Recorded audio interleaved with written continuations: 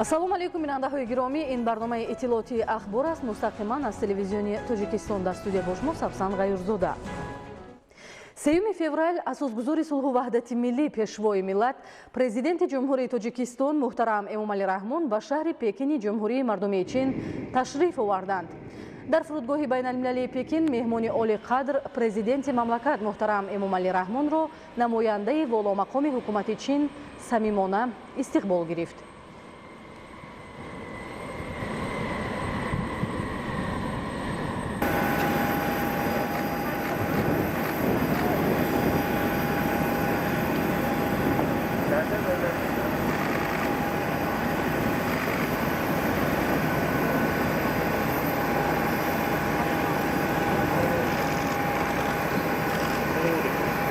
Президент, один не кидался в правительство, мы вас приветствуем.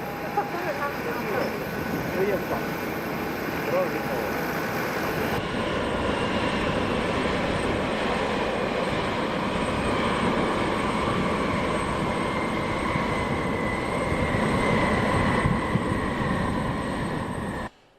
идомаи ахбор. имрӯзҳо тағйирёбии иқлим, хусусан баландшавии ҳарорат ва хушкшавию шӯразоршавии масоҳати зиёди замин таҳдиди бузургеро барои ҷомеаи ҷаҳон ба бор оварда, бисёре аз созмонҳои экологии дунёро нигарон намудааст.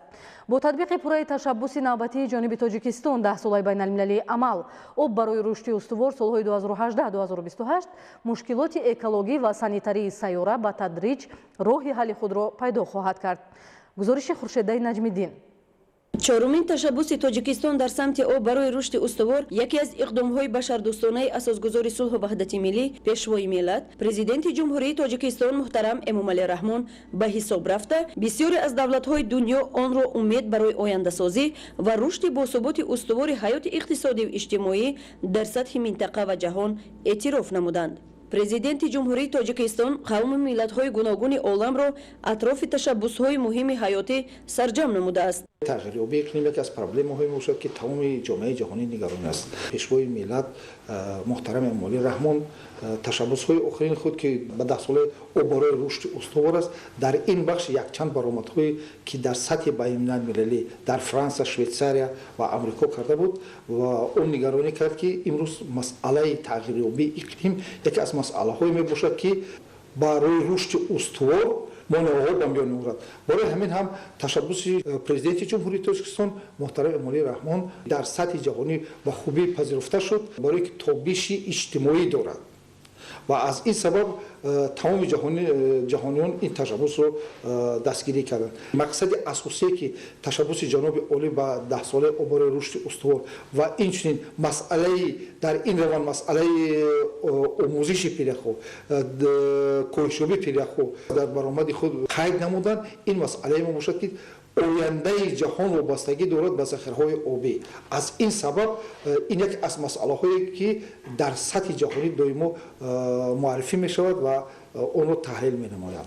ҳамаи ин мушкилоти аср ва таҳдидҳои пурхатари ҷаҳонро дар самти тағйирёбии иқлим ба назар гирифта, сарвари давлати Тоҷикистон муҳтарам Эмомалӣ Раҳмон фаротар аз ташаббусҳои ҷаҳонии ҳамкорӣ дар соҳаи об имрӯз як стратегияи қавии ояндадорро дар самти пешгирии офатҳои табиӣ, тағйирёбии бо суръати иқлим дар Осиёи марказӣ ва ҷаҳон, ҳифзи пиряхҳои баландкӯҳҳои ҷумҳурии Тоҷикистон, масъалаи бунёди нерӯгоҳҳои барқи обиро ба роҳ мондаанд ки ин амри зарурӣ ва иқдоми калидӣ дар роҳи пешгирии буҳронҳои навзуҳури экологӣ дар минтақа ва дунё маҳсуб мешавад. проблемаи пиряхҳо, обшавии пиряхҳо яке аз масъалаҳое мебошад ки ин нишондоди тағйирёбии иқлим аст ва дуюмаш ин ки ин захираҳои обӣ дар қитъаҳо мебошад. масалан дар соли байналмилалии қутбие ки соли 2007-2008 дар 50 сол як маротиба мешавад, фақат пиряхҳои континенталӣ не ин ки пиряхҳои қутбиро омӯхта буданд ва ҷумҳурии Тоҷикистон пешниҳод намуд ки мо бояд ки пиряхҳои континенталиро омӯзем ва ин ташаббус низ қабул карда шуд ва омӯзиш нишон дод ки захираҳои пиряхҳо дар минтақаҳои кӯҳӣ хеле ҳам коҳиш ёфта истанд. ин аст ки захираҳои бӯи обии тоҷикистон таваҷҷӯҳи ҷаҳониёнро ҳамчун сармояи бузург ва пурарзиш ба худ ҷалб намудааст. Ташаббусҳои ҷаҳонии Тоҷикистон дар ҳалли мушкилиҳои глобалии сайёра аз ҷумла истифодаи самарабахши об ва дастрасии аҳолии кураи замин ба оби нӯшокӣ муҳим ва саривақтӣ мебошад. сабаби асосии ин рӯ овардан ба ин масъала дар он аст ки имрӯз аз сабаби афзоиши аҳолӣ ва аз ҳад зиёд шудани саноат ва истифодаи об ба он оварда истааст ки нотақсимотӣ ёки нобаробарии тақсимшавии об ба назар мерасад. аҳамияти об масъалаи муҳим буда, чуноне ки дар урфият мегӯянд ҳар ҷо ки об ҳаст ҳаёт ҳаст. бинобар ин пешниҳоди Тоҷикистон дар масъалаи об саривақтӣ ва зарурӣ мебошад. Хуршедаи Наҷмиддин, Неҳрӯзи ҷумъа, Душанбе, Ахбор. дар ноҳияи Хуросон бо назардошти таъмини хонандагон бо ҷои нишаст имрӯзҳо дар назди муассисаҳои таълимӣ сохтмони 86 синфхонаи иловагӣ бо дастгирии мақомоти иҷроияи ҳокимияти давлатӣ, кумитаи падару модарон ва соҳибкорони ватанӣ идома дошта, ҳамзамон дар ин раванд бунёди 3 муассисаи наву замонавӣ ба нақша гирифта шудааст. гузориши Худоидоди Раҷаб ва Искандари Саид. дар раванди корҳои созандагиву бунёдкорӣ дар ноҳияи Хӯросон ба самти сохтмону бунёди иншооти соҳаи маориф низ таваҷҷӯҳи хоса зоҳир карда шуда, дар ин замина масъалаи норасоии ҷойи нишаст бартараф ва шароити таълиму тарбияи насли наврас ба талаботи замон ҷавобгӯ гардонида мешавад. тибқи нақша чорабиниҳои мақомоти иҷроияи ҳокимияти давлатӣ ва шуъбаи маорифи ноҳия бо дастгирии ҳукумати ҷумҳурии Тоҷикистон, кумитаи падару модарон ва соҳибкорони маҳаллӣ корҳои сохтмонӣ дар якчанд муассисаҳои таълимӣ бо маром идома дошта, марҳила ба марҳила мавриди баҳрабардорӣ қарор дода мешавад. дар ин замина тибқи нақша чорабиниҳо дар 3 деҳа аллакай дар 2 мактаб аз навсозии муассисаҳои таълимӣ ба анҷом расида истоданд ки имрӯз паго мо ба истифода медиҳем. Чунин аллакай дар 3 муассисаи таълимии дигар мо сохтмони синфхонаҳо аз навсозии муассисаҳои таълимӣ аз 8 то 11-12 синфхонаҳо оғоз кардем. дар як муассисаи дигар ба наздикӣ оғоз карда мешавад. инчунин аз тарафи вазорати маориф ва илми ҷумҳурии Тоҷикистон дар 3 муассисаи таълимӣ сохтмон дар моҳи январи соли 2021 ва дар 2 муассисаи таълимӣ дар моҳи майи соли 2022 оғоз мегардад. тибқи иттилоъ вобаста ба идомаи корҳои ободонӣ, айни замон дар назди 10 муассисаи таълимӣ сохтмони 86 синфхонаи иловагӣ ҷараён дорад. гуфта мешавад ки бо ба истифода додани ин синфхонаҳои иловагӣ 2064 нафар хонанда дар як баст бо ҷои нишаст таъмин мегарданд. ҳамчунин дар ин шаб рӯз корҳои сохтмонӣ дар бинои иловагӣ назди муассисаи таҳсилоти миёнаи умумии рақами 23 ноҳия оғоз гардидааст. тибқи лоиҳаи сохтмони бинои иловагӣ бо назардошти 11 синфхона ҷараён дошта, баробари ба анҷом расонидани корҳои сохтмонӣ бо тамоми асбобу ашёи таълимӣ низ муҷаҳҳаз гардонида мешавад. дар муассисаи мо ҷои нишаст танқисӣ мекашид, норасои ҷои нишаст буд. аз ин лиҳоз мо ташаббус гирифтем ки бо дастгири кумитаи падару модарон дар назди муассиса 11 синфхонаи иловагӣ сохтмонашро сар кардем. мо кӯшиш менамоем ки ин бинои иловагиро дар муҳлатҳои кӯтоҳ наздиктарин бо сатҳу сифати баланд ба истифода битиҳем. татбиқи лоиҳаи мазкур ҳамчун нишони ҷонибдорӣ ва саҳмгузорӣ дар иҷрои дастуру супоришҳои роҳбарияти олии кишвар ҷиҳати рушди соҳаи маориф арзёбӣ мегардад. ташаббуси бунёди мактаб бо дастгирии мақомоти маҳаллӣ, соҳибкорон ва кумитаи падару модарон амалӣ гардида баҳри таъмини шароити хуби таълимӣ барои толибилмони муассисаҳои мазкур нигаронида шудааст. тавре иттилоъ дода шуд, баробари он ки давоми соли ҷорӣ якчанд бинои нави муассисаҳои таълимӣ мавриди истифода қарор дода мешаванд, ҳамзамон корҳои сохтмонӣ дар дигар муассисаҳои таълимие ки бо ҷои нишаст эҳтиёҷ доранд идома дорад. қобили зикр аст ки дар баробари дастгириҳои ҳукумати ҷумҳурии Тоҷикистон ҳамчунин бо ҷалби шарикони рушд дар ноҳияи Хӯросон бунёди 3 муассисаи таълимӣ ба нақша гирифта шуда, давоми 2 соли оянда сохта мавриди истифода қарор дода мешавад. Худоидоди Раҷаб, Искандари Саид, ноҳияи Хӯросон, барои барномаи ахбор. идомаи ахбор. картошка аз ҷумлаи маҳсулоти ниёзи аввал мебошад, ки дар бозор талаботи зиёд дорад. Соли 2021 дар Тоҷикистон дар ҳама шаклҳои хоҷагидорӣ дурнамои кишти картошка 65312 гектар пешбинӣ шуда буд. кишоварзони мамлакат тавонистанд, ки дар бештар аз 58000 гектар картошка кишт карда, дар маҷмӯъ ба ҳисоби миёна 190 центнери ҳосил рӯёнанд, ки ин 89% дурнамои пешбинӣ гардидаро ташкил медиҳад. Нуриддини Қурбон ва Баҳодур Қурбонзода тафсилоти бештар доранд. то 40% зиёд намудани замини кишти картошка ба афзоиши истеҳсоли он дар 2 соли охир сабаб гардид. натиҷа ин аст, ки имрӯзҳо бозори истеъмолӣ бо картошкаи хушсифати истеҳсоли ватанӣ таъмин аст. тибқи маълумоти оморӣ, соли 2021 дар ҷумҳурии Тоҷикистон дар ҳама шаклҳои хоҷагидорӣ 1 миллиону 41 ҳазор тонна картошка истеҳсол шудааст, ки ин назар ба соли гузашта 1.8% зиёд мебошад. истеҳсоли қариб 1.5 миллион тонна картошка имкон фароҳам овард, ки воридоти он аз хориҷи кишвар қариб ки пурра аз байн рафта, талаботи бозори истеъмолӣ дар умум аз ҳисоби истеҳсолкунандагони ватанӣ қонеъ гардонда мешавад. кишоварзони ҷумҳурӣ соли 2021 дар майдони зиёда аз 58000 гектар кишти картошка гузаронидаанд, ки нисбат ба соли 2020 зиёда аз 6000 гектар зиёд барои монда шуда. дар натиҷаи амалӣ намудани барномаҳои соҳавӣ ва аз ҳисоби заминҳои бекорхобида зиёд намудани майдони кишти картошка, ки он дар бозор харидори бештар дорад, имкон медиҳад, ки ҳаҷми истеҳсоли он ҳамасола афзоиш дода шавад. дар бозор асосан харидорон ба картошкаи хушсифати истеҳсоли ватанӣ бештар таваҷҷӯҳ доранд, зеро он аз ҷиҳати экологӣ тоза ва лаззати ба худ хос дорад. бо сабабҳои гуногун дар соли 2021 нишондиҳандаҳои дурнамои кишти картошка асосан аз ҳисоби шаҳру ноҳияҳои вилояти мухтори Кӯҳистони Бадахшон 28%, вилояти Суғд 11%, вилояти Хатлон 10% иҷро нагардид. дар шаҳру ноҳияҳои тобеи ҷумҳурӣ дар умум 11% дурнамои кишт иҷро нашудааст. масалан дар шаҳри Ҳисор 33%, Нуробод 67% ва Тоҷикобод 8% таъмин нагардидааст. вобаста ба ин мутахассисони вазорати кишоварзии мамлакат чунин андеша доранд. мувофиқи маълумотҳои оморӣ, ин дар ҳама шаклҳои хоҷагидорӣ гуфтем зиёда аз 58 дар бахши хоҷагидории деҳқонӣ тибқи нақша бояд дар майдони 40000 гектар барои монда мешуд. аммо кишоварзони ҷумҳурӣ аз обу ҳавои мусоид самаранок истифода бурданд, буд аз ҳисоби заминҳое ки бо об пурра таъмин нестанд, дар майдони зиёда аз 34183 гектар кишти картошка барои монда. шаҳр ноҳие ки аз иҷрои нақша набаронд, аз ҷумла дар вилояти Суғд, Зафаробод, Исфара, Панҷакен, Масчов, Шаҳристон, Ҷабор Расулов, дар вилояти Хатлон бошад шаҳр ноҳияҳое ки аз иҷрои нақша набаромаданд: Кушониён, Қубодиён, Ҷайҳон, Моминобод, Ховалинг.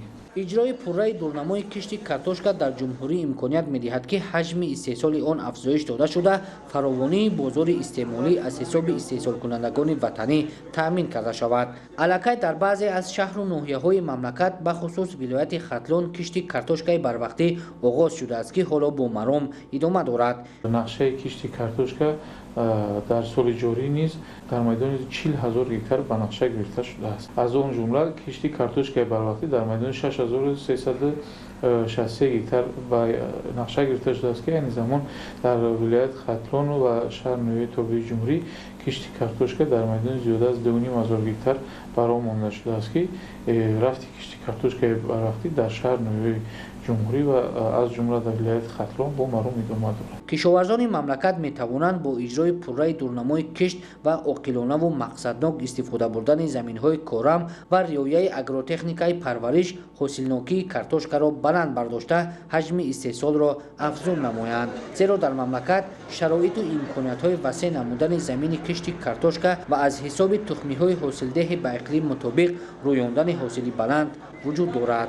Нуриддини Қурбон, Баҳодур Қурбонзода, Шокир Саидов барои барномаи Ахбор. дар шаҳри Ваҳдат дар баробари ривоҷ додани дигар соҳаҳои иҷтимоиву иқтисодӣ ба рушди соҳаи моҳипарварӣ таваҷҷӯҳи хоса зоҳир карда мешавад.